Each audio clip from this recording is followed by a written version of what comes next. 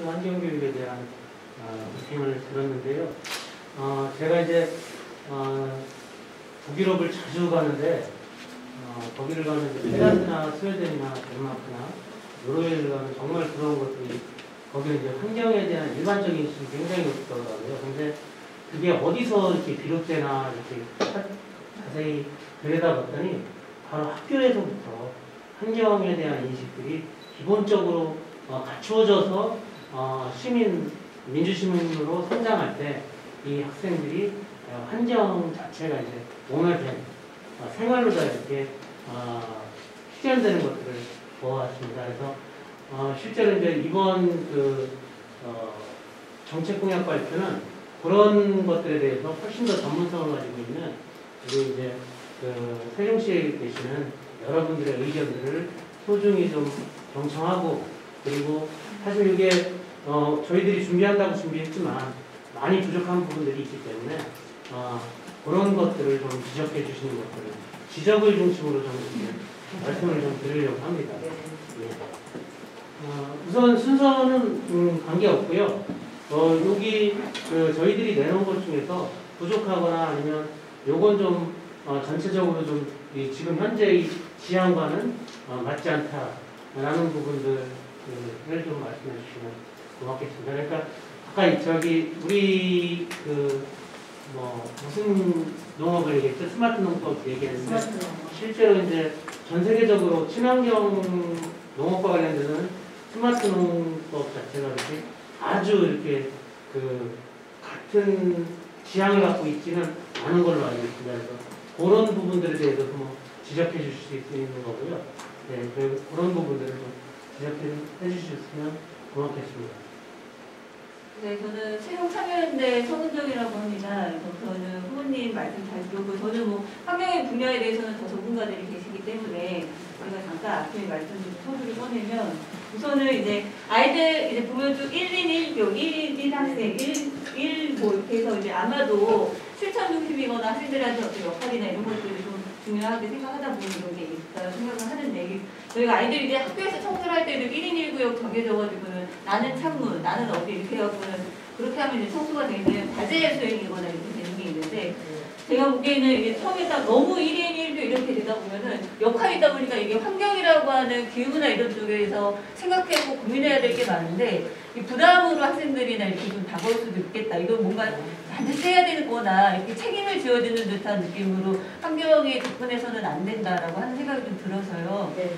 전체적으로는 그런 부분에서 하나의 어떤 그런 학교마다 프로젝트나 테마를 주거나 주제를 선정하거나 하는 건 굉장히 저는 좋다고, 이게 결국에는 그 민주시민교육하고도 다 환경을 생각하다 보면은 나만이 아니라 주변을 생각하기 때문에 민주시민교육도 자연스럽게 될 수 있는 아주 좋은 그런 컨셉이라고 보는데, 단지 말씀드리면은 좀 이렇게 1인과 관계되어 있는 어떤 역할이나 이런 부분들을 조금 생각하셔갖고는 정해주되, 너무 이것들을 다 구체적으로 해서 이렇게 책임이라든지 역할로만 친구들에게 환경에 접근하는 부분들은 조금 수정이 필요하지 않을까 이런 생각이 좀 들었습니다. 예, 좋은 의견, 저희들 그런 부분들은 능동적으로 좀 이렇게 참여할 수 있는 것들로 저희들도 한번 고민을 해서 검토하고 반영하도록 하겠습니다. 좋은 의견 고맙습니다. 이거 보면서 제가 느낀 거는, 이제 저는 세종환경교육센터 공동대표를 맡고 있는 송견이라고 합니다. 센터장은 따로 있고요. 그동안 학교 환경교육이 법제화되지 못한 부분에 대해서 굉장히 많이 아쉬움을 느꼈는데, 보니까 여기 뭐 학교 환경교사 관련돼서도 배려해 주셨고, 이런 부분이 굉장히 좀 만약에 이루어진다면 아주 훌륭한 환경교육 기반이 다져질 것 같아요. 그래서 뭐 거기에 조금 전에 이제 성원정 사무처장님 말씀에 더 하자면, 여기에서 이제 아이들이 능동적으로 끌고 갈 수 있는 그런 환경교육도 필요하거든요.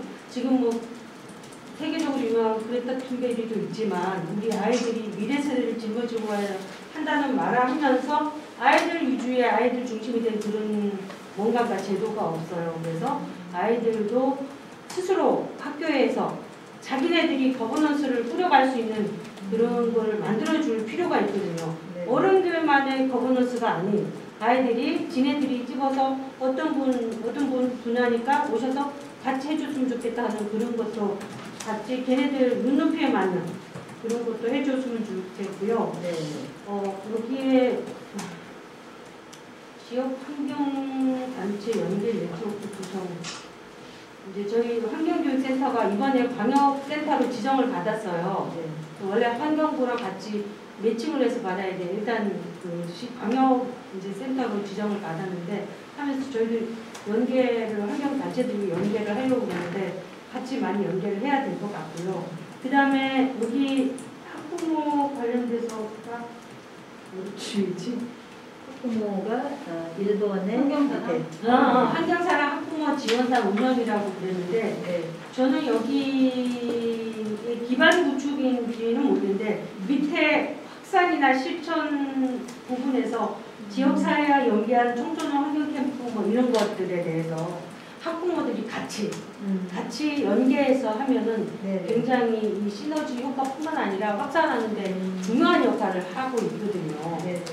그런 부분을 같이 좀 해주셨으면 좋겠습니다. 그리고 아까 1텃밭 가꾸기 운영 스마트 농법 관련해서 말씀하시는데 사실 환경이라는 게 감수성, 생태 감수성으로 더불어서 차곡차곡 쌓아나가는 거거든요. 어렸을 때부터 생태 감수성을 키워주면은 자기가 접한 것에 대해서 소중함을 느껴서 크면은 네.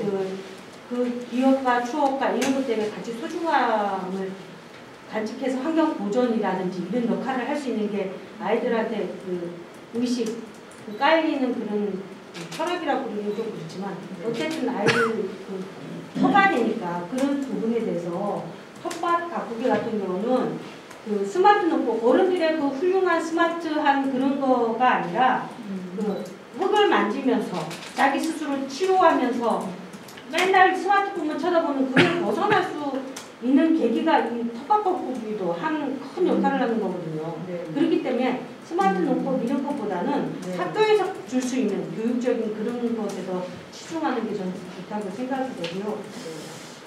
어쨌든 뭐 타수 중 크게 학생 기자단단 운동을 하고 이렇게 하시니까 해 놓으신 거 잘 되신다면 아마 아주 훌륭한 정책이 될 것 같습니다. 좋은 의견 정말 많이 들었고요. 그리고 광역센터로 지정이 됐다고 하는데 정말 사진식 예비후가 교육감이 되고 세종환경교육센터랑 함께 세종 환경교육을 만들어 나갈 수 있다면 정말 좋지 않을까 싶기도 하고 그런 생각이 들고요. 아이들이 진짜 아이들 중심으로 아이들이 능동적으로 이렇게 만들고 참여하게 하는 프로그램 이런 것들이 사실 굉장히 중요한 부분인데 이런 부분들에 대해서 적극적으로 검토하고 넣도록 하겠습니다. 요즘 사실 저도 이제 이번 대통령 선거를 보면서 좀 아쉽다 이런 생각이 드는 게 전 세계는 지금 기후 행동 그리고 21세기 환경과 관련돼서 그 환경의 중요성을 점점 높여나가고 있는데 우리 이번 대통령 선거에서는 전혀 환경 의제가 중심 의제가 되지 못하는 그런 면에서 환경 파괴적인 개발 공약만 난무하는 그런 좀 아쉬운 선거가 되고 있다는 생각도 들고요. 그래서 이거 끝난 다음에 어떤 새로운 지방선거에서 지방자치단체장이나 교육감 선거에서만큼은 정말 환경에 대해서 제대로 인식하고 있는 사람들이 단체장이 되고 장이 돼서 지역에서만큼은 환경과 관련된 정책들이 제대로 이렇게 실현되고 구현되는 이런 것들이 좀 되었으면 하는 바람을 이 자리에서 한번 가져봅니다. 계속해서 또 다른 분들의 좀 의견을 구하겠습니다.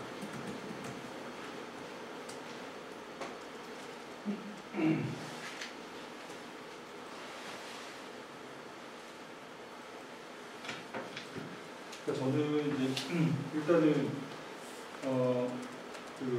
우리 교육이라는 교육도 그렇고 모든 것들을 다 이제 의지의 문제가 가장 크잖아요. 근데 저는 이제 차윤수 후보께서 생태 환경 교육에 대한 의지를 갖고도 당신의 그 공약에서 이제 가장 우선적으로 이제 이런 이제 교육의 이제 장을 만들어 가겠다라는 이런 표현, 이런 의지, 이것들이 좀 굉장히 좀 높이 좀 사고 싶고요. 그래서 저는 이제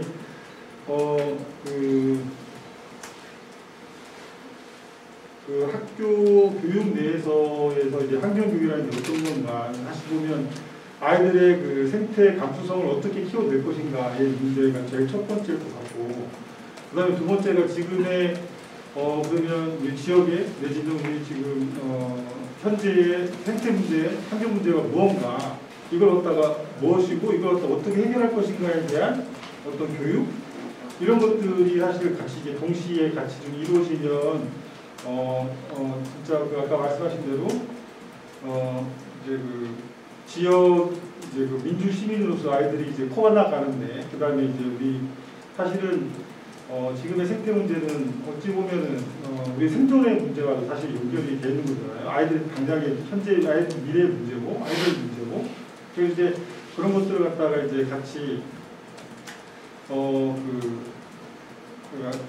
생태 감수성을 어떻게 키울 것인가에 대한 노력, 그 다음에 이제 어떻게 교육할 것인가, 문제가 어떻게 해결할 것인가에 이런 것들, 그러니까 그런 것들을 보았을 때 굉장히 공약을 갖다가 촘촘히 잘 만들어 주신 것 같아요. 그러니까 이제 또 학교 교육에서의 그 전담교사라든지 운영이라든지, 그 다음에 이제 지역사회와 연계한 청소년 환경 캠프라든지 이런 것들, 이런 것들에 대해서 고민을 많이 하셨던 것 같고요. 근데 이제 저는 아까 이제 무엇보다도 중요한 게 이게 사실은 능동적으로 환경교육이라는 것들이 그 이제 뭐 선생님이 시키면 내가 그 해야 되는 뭐 이런 피곤한 것들이 아니라 정말 아이들의 문제고 나의 문제고 내 현안이고, 이런 것 갖다가 내가 어떻게 이걸 갖다가 이제 슬기롭게 지혜롭게 극복할 것인가의 문제를 갖다가 아이들이 이제 그 능동적인 참여를 갖다가 어떻게 이뤄낼 것인가가 가장 중요한 것 같아요.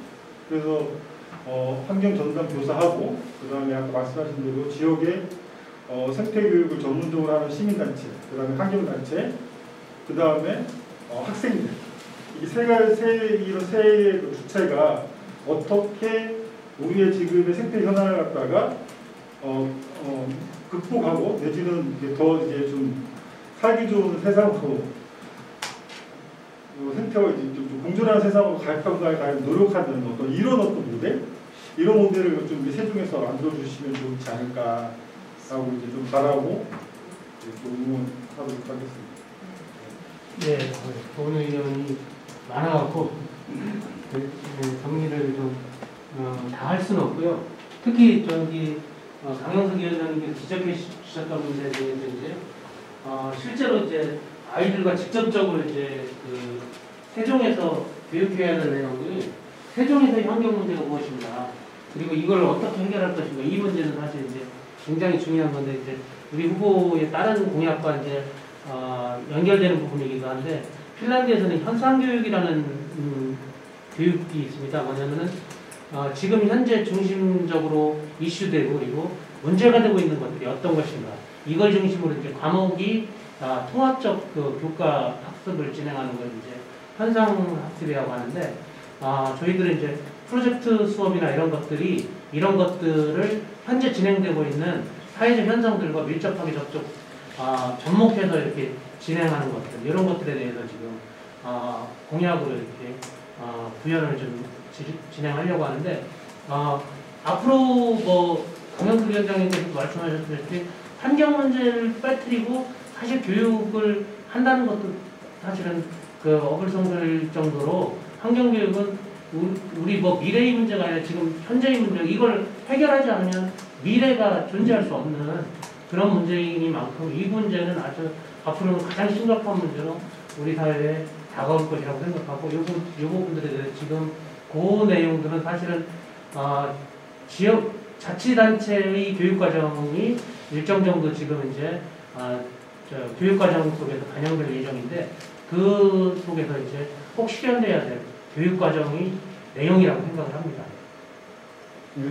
다시 한번 첨언을 하면 제가 말을 너무 들고 당황해가지고 정리가 좀 안 되실 텐데, 가장 중요한 건 저는 이제 지역의 환경 전문가 그룹도 있잖아요. 예, 예. 전문가 그룹도 있고 이 전문가 그룹하고 학교 내에 이제 그 교육의 그 주체들, 그러니까 선생님과 학생들이 어떻게 같이 이제 이세 개 주체가 좀 어울려져 가지고 환경 교육을 갖다가 그러니까 우리의 환경의 문제, 생태 문제를 갖다가 계속 끌고 나가는 이런 것들이 좀 돼야지 이게 사실은 내가 피곤하지 않고 그 이제 뭐 좀 그야말로 내가 수동적인 어떤 이런 그런 교육이 안 될 것 같고 또 이제 사실 그 전망을 비전을 갖고 쭉 같이 계속 좀 지속적으로 갈 수 있는 이런 것들이 되지 않을까 싶어서 이제 그쪽에 좀 많이 포커스를 좀 맞췄으면 좋겠다라고 말씀드립니다. 아, 예, 그러니까 예, 지금 지적해 주신 부분은 예, 그러니까 그 지역의 환경단체와 그리고 환경전담 교사들과 그리고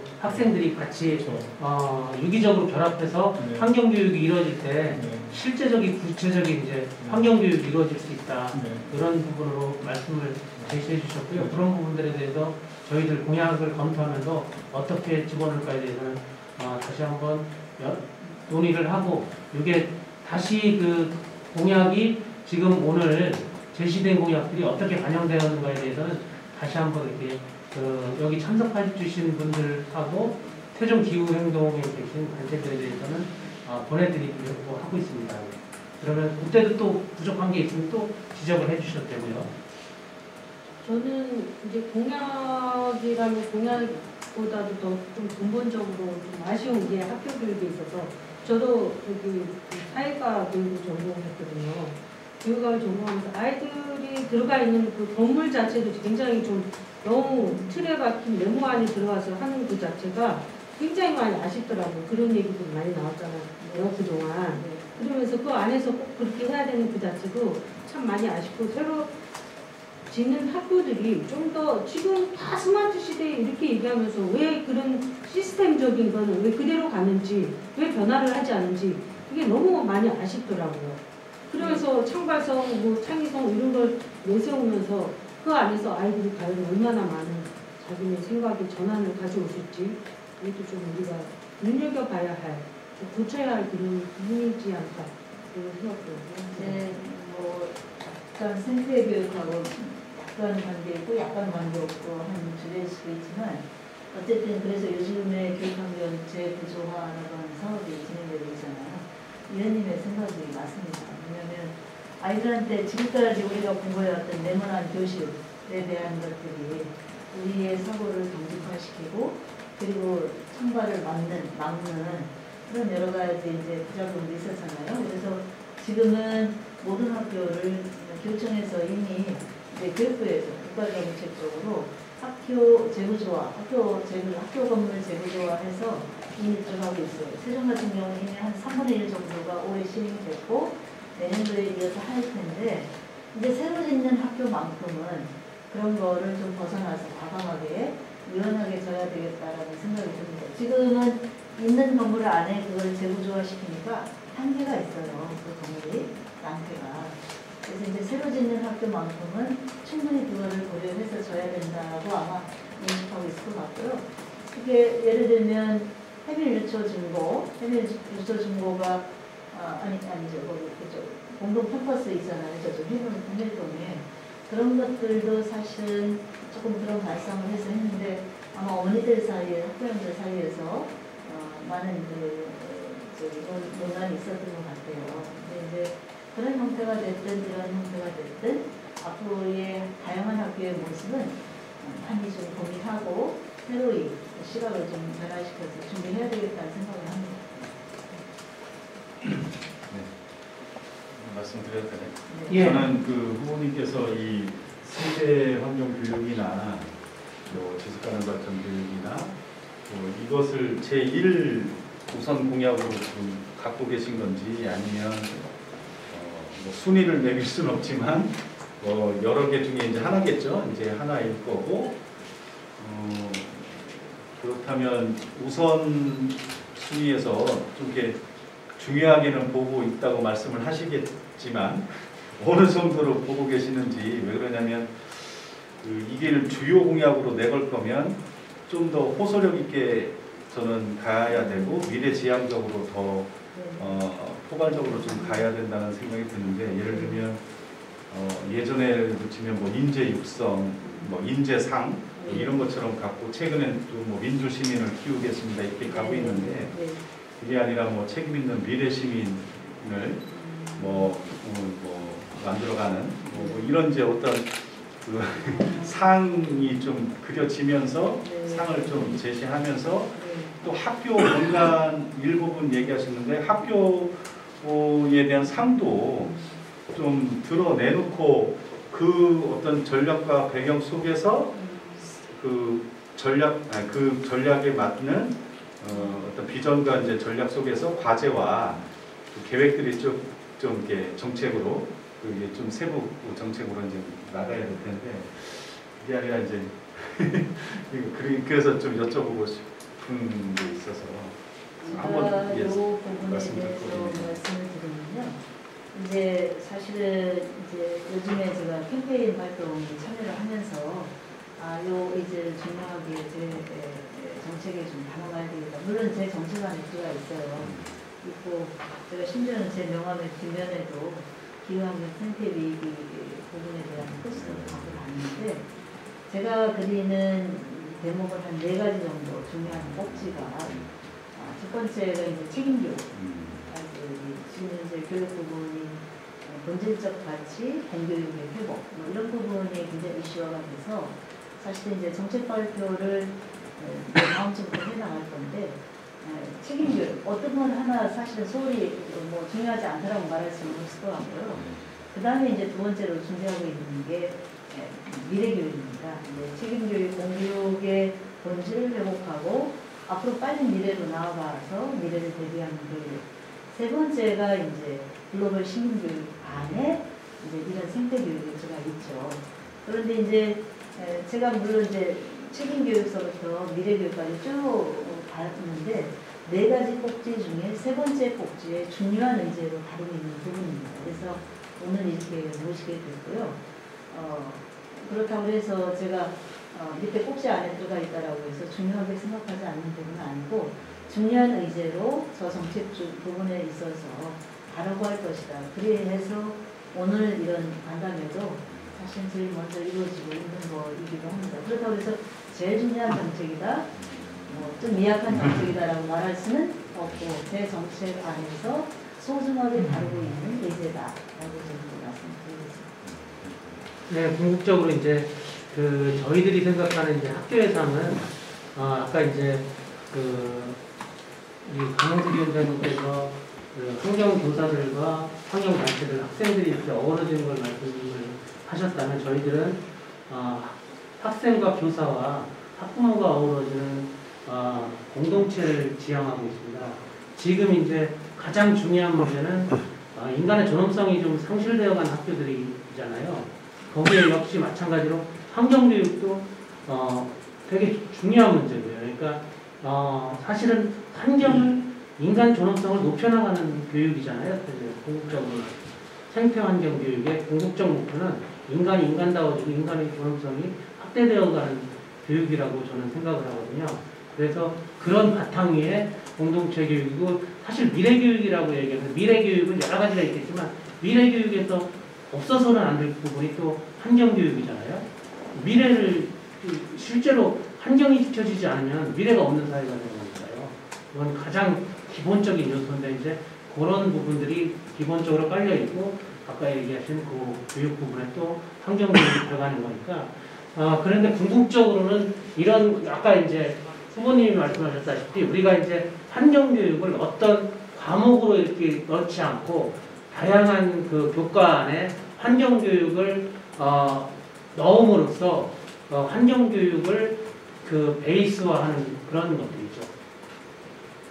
그렇게 지금 생각을 하고 있습니다.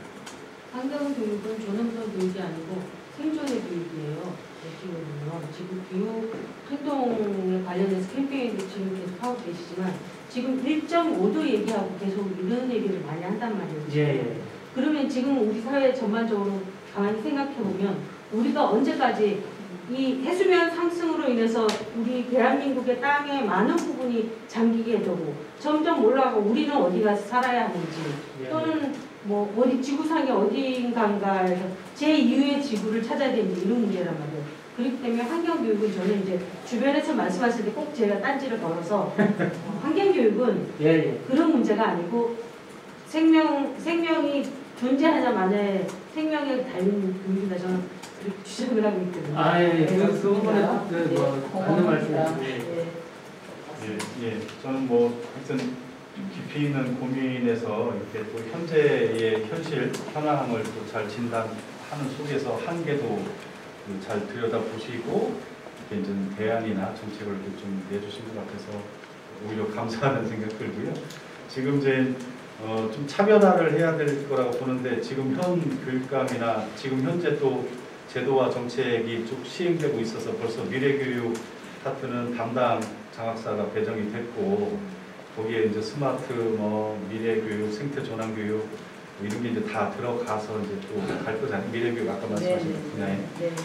그리고 뭐 탄소중립 녹색성장 기금법이 이제 3월부터 시행이 돼서 어떤 그 지역에서의 또 이제 기금도 만들어야 되고 센터도 만들어야 되고 거버넌스도 만들어야 되고 조례도 만들어야 되고 탄소 인지 예산제도 운영해야 되고 쭉 이제 갈 거라서 이제 그런 기반이나 제도적 근거도 이제 잘 만들어져 있고 그다음에 탄소중립 실천학교는 환경부에서 재작년부터 시작을 해서 계속 확대해서 세종도 몇 군데 하는 것 같죠. 그래서 이런 환경이나 기반이 이제 잘 좀 가고 있는데 요 정도 속도와 요 정도의 공약 정책이 지금 현재 준비하고 있는 현교육감이라고 해요.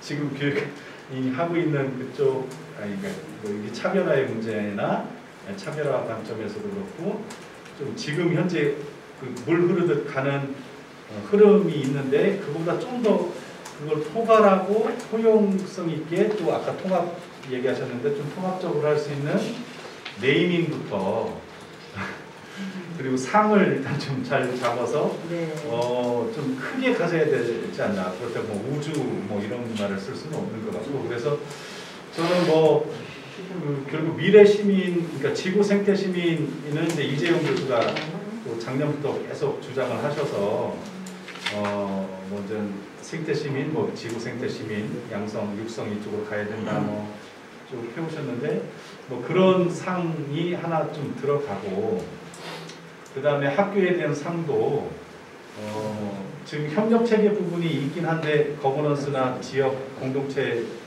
지역의 시민사회 단체들과 함께 만들어가는 교육으로서의 그런 협력 체계도 조금 더 키웠으면 좋겠고 그래서 예전과 다르게 이쪽으로 더 이 지역의 자원과 역량을 여하튼 거버넌스로 잘 협치를 해서 만들어 가겠다라는 것들을 좀 강조했으면 좋겠고 학교에 대한 상도 지금 탄소중립 실천 학교 정도가 지금 이제 가고 있는데 탄소중립이나 기후변화는 이제 또 그 자체가 한계가 있어서 저는 지속가능한 미래학교 지금 버밍엄에서 먼저 실험을 해서 엄청난 성과를 좀 내고 있는 이런 형태인데 그게 우리나라 형태나 세종 형태에 맞게 가능한 10몇 가지 정도의 지표를 가지고 예를 들면 종이를 재활용하는 거, 텃밭을 가꾸는 거, 자전거로 등하교 하는 거, 이런 게 다 있는 거죠.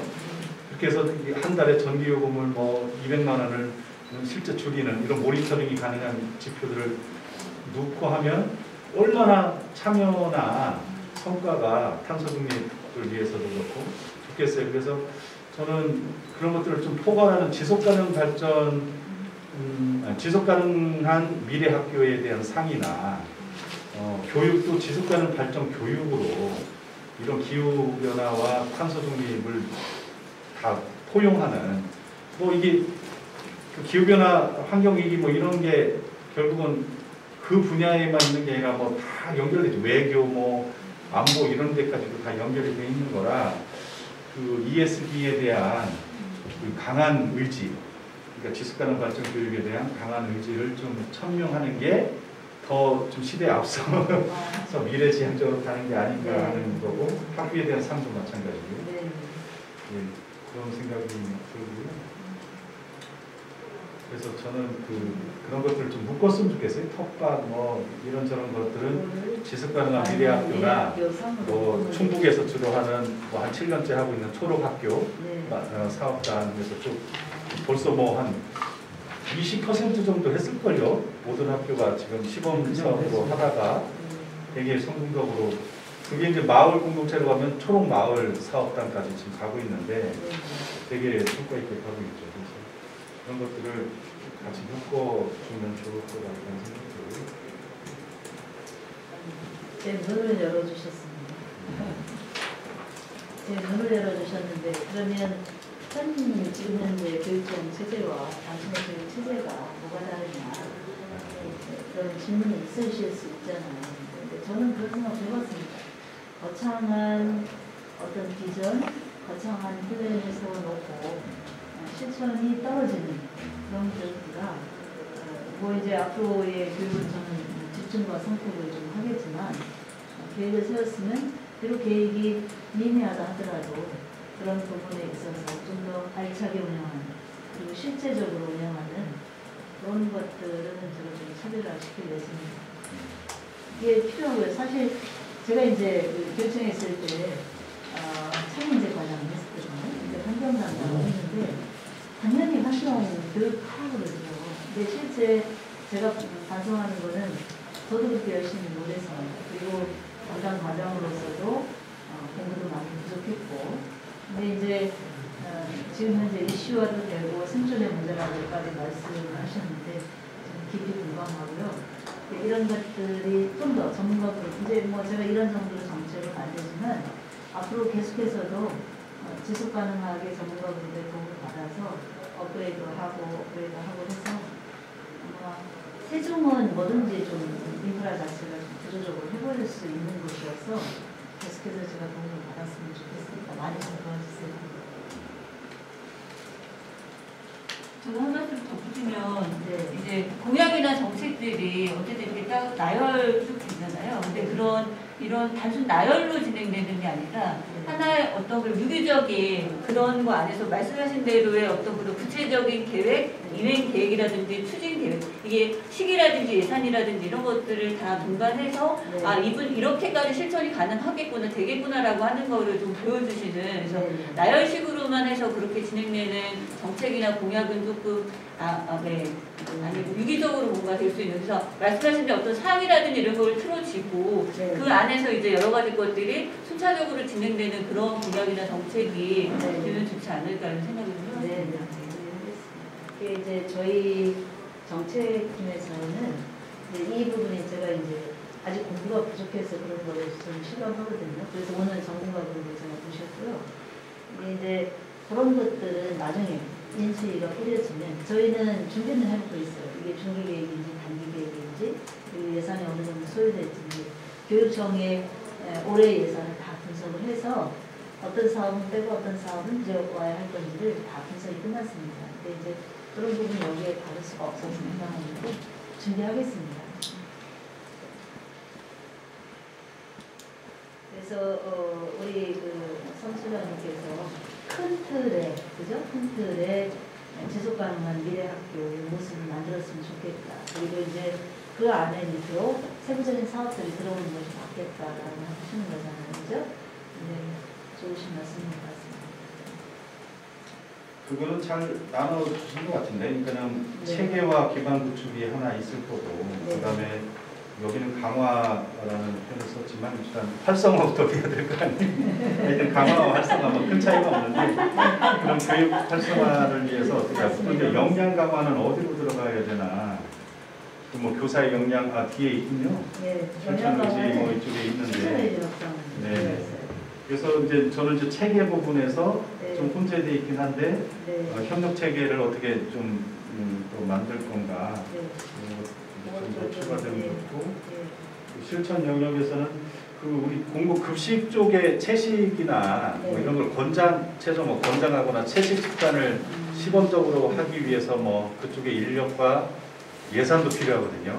그쪽에 그럼 이제 사는 이제 선택지를 이제 좀 가질 수 있게끔 또 하다 보면 만족도도 이제 점점 그렇게 바뀌어 가는 거거든요. 처음부터 뭐 우리는 이거밖에 없으니 이거만 먹어 뭐 이렇게 할 수도 없고 실제.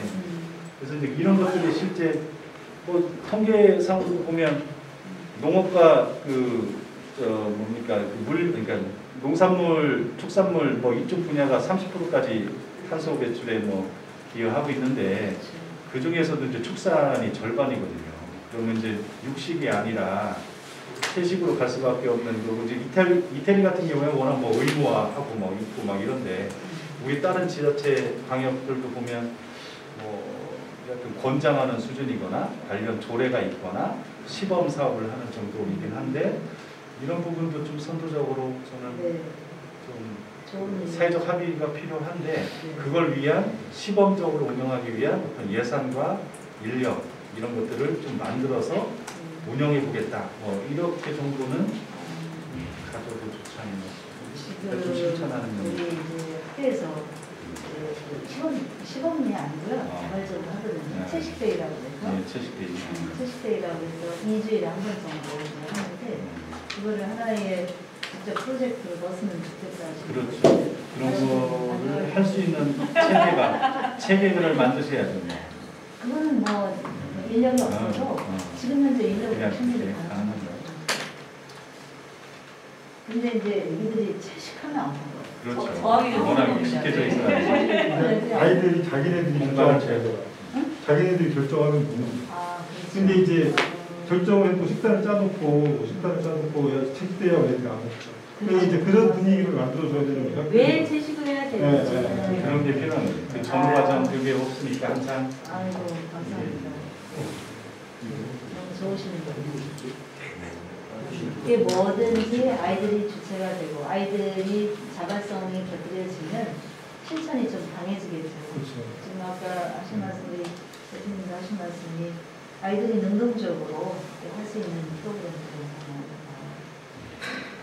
환경 교사 한 명 있잖아요. 네. 근데 어떻게 임용 확대를 해도 이게 그 부분은 선택 과목이 제가 이제 어쨌든 이제 시도교육청에서 경남교육청에서 네네.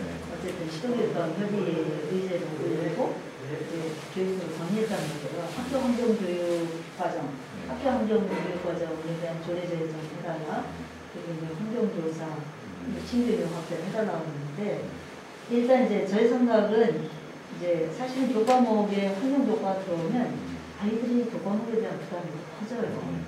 그런데 환경교과에서 가르친다라고 해서 그게 환경교육의 수준이 높아진다고 저는 생각하지 않거든요. 그래서 제가 하고 싶은 건 범교과에서 학교 교육과정, 우리 지역교육과정 있잖아요. 네네. 그 안에서 얼마든지 할 수 있어요. 그래서 저는 오히려 많은 교사들이 아니 그렇다고 환경교사만 환경교육을 하는 건 아니잖아요. 범교과 내에서 범교사들이 환경교육을 하는 것이 훨씬 더 저는 확산이 빠르다라고 보는 쪽입니다. 그래서 이걸 써놓기는 했지만 이건 고민 중입니다. 그리고 국가에서 어떻게 할지 지금 현재 대학도 2개 대학밖에 없거든요. 야권도 전국에 10명입니다. 저는 뭐 정확한 데이터는 아닌데 10명밖에 안 나와요. 만약에 이제 그렇게 범교과적으로 할 때 아까 이제 우리 저기 말씀하셨던 것처럼 그 환경기센터 환경이 공동 대표님이 지적하셨던 그 교사들에 대한 연수에서 우리 그 환경 관련 그 전문가 집단들이 꼭 그 도움이 필요한 거예요. 그분 이 지역 내에서 여기 계신 분들의 도움이 없이는 그 아이들을 그 가르치기 위한 그 교사들을 연수하는데 연수를 시킬 수가 없는 거죠. 교과의 환경을 집어넣는 게 가장 좋은 방법인데 과연 그렇게 재구성할 수 있을 것인가? 그것도 굉장히 큰 문제예요. 자기 과목별로. 그래서 그죠? 의식전환 교육이 필요하다는 거죠. 영남방어를 할수. 왜냐하면 지금은 모든 학교에서도 이게 이제 제가 이제 이 정책 면에서 선생님들의 의견을 들어봤거든요. 그런데 선생님들이 생태교육이 굉장히 중요하다고 다 느끼고 있어요. 근데 어떻게 해야 하는지 방법을 모르는 거예요. 근데 요즘에 이제 우리 세상이 젊기도 하지만 이거에 대한 중요성은 알고 있어요. 그런데 같이 해야 된다라고 하는 의식교육, 의식전환 교육 이런 것들은 필요하죠. 그게 교육청의 일이고 환경운동연합하는 단체의 일이고 그런 것 같아요. 근데 학교만 해서 갈 수 없고 연합 단체에서 민간 단체에서 갈 수만 없고 같이 가야 하는 사실 시민사회 운동이죠 이게. 저는 그렇다고 생각합니다. 예, 우리 후보가 이제 다른 후보에 대해서 이제 강점이 있다라고 하는 부분이 하나가 뭐냐면 아름중학교나 어진중학교에서 실제적으로 그 학교를 변화시켰던 경험들이 있는 거예요. 그러니까 학교를 변화시키는데 뭐 다들 느끼시는 거지만 학교를 변화시키는 가장 핵심적인 요소는 사람이잖아요. 실제로 교사들도 사람이고 이들이 변하지 않으면 교육은 변하지 않는다라고 얘기하기는 과도한 거고 변화하기가 힘든 거죠. 그랬을 때 이제 그 교사들을 변화시키고 이랬던 경험들이 있는 거고 그것을 바탕으로 세종교육을 사람 중심으로 변화를 시켜보고 싶다라는 게 우리 후보의 좀 지향입니다. 열심히 보고 있습니다. 그러니까 아까 지금 상황에서 그냥 아까 다들 걱정하셨다시피 범교과 하면서 일반 교사들한테 환경교육에 대한 연수를 그냥 들으라고 하면 다들 또 다른 일이 되기 때문에 굉장히 부담스러우고 이런 것들인데 이것들을 전략적으로 종합적으로 어떻게 할 건가 이거에 대한 이제 경험들을 바탕으로 할 수 있다라는 그런 생각을 가지고 있는 겁니다. 네, 뭐든지 교육은 그런 것 같아요. 경험이 없으면 접근하기가 어렵고 지금 현재 많은 경험들이 있으니까 저한테 이렇게 소중한 말씀들을 해주시잖아요. 경험을 되시면서 뭘 할 수 있을까요? 그래서 사실은 현장의 경험도 중요하고 우리가 환경단체 현장에서 했던 이런 귀한 자문들을 제가 오늘 귀하게 모신 이유도 제가 알고 있는 건 탁상 행정이 하던 게 벌써 지금 드러났잖아요. 이제 전문적으로 말씀을 드리면서 제가 이거를 좀 더 보완하고 교육도 마찬가지인 것 같아요. 그래서 현장의 경험도 중요하고 정책을 만들었던 경험도 중요하다라는 생각을 해봅니다. 그래서 너무나 기대하겠습니다. 그렇다고 이렇게 너무 거대한 또 프로젝트를 내놨을 때 제가 실현 가능하지도 못한 거를 내놓는 것보다는 실현 가능한 것들을 좀 내놓고 알차게 운영하는 방안 쪽으로 해보겠습니다. 그리고 앞으로도 이거 하면서 제가 수시로 좀 여쭙고 도움을 좀 청하겠습니다. 많이 도와주세요. 그럼 대략적으로 이렇게 말씀들은 좀 쉬운 것 같은데 혹시 더 의견들 우리 세종환경교육센터 성경희 대표님은 하실 말씀이 많은 표정이십니다. 더 말씀하셔도 됩니다. 오늘 여기까지 제가 자주 찾아뵙겠습니다. 예, 오늘 정말 귀한 시간 내주셔서 정말 고맙고요. 예, 오늘 하셨던 말씀들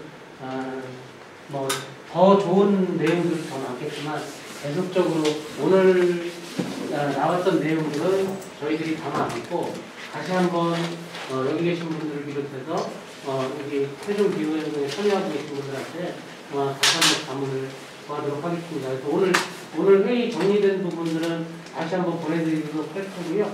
또 추후에 또 계속적으로 제안들, 고견들을 좀 부탁드리도록 하겠습니다. 오늘 참여해주신 분들께 다시 한번 감사의 말씀드립니다. 감사합니다. 다음에는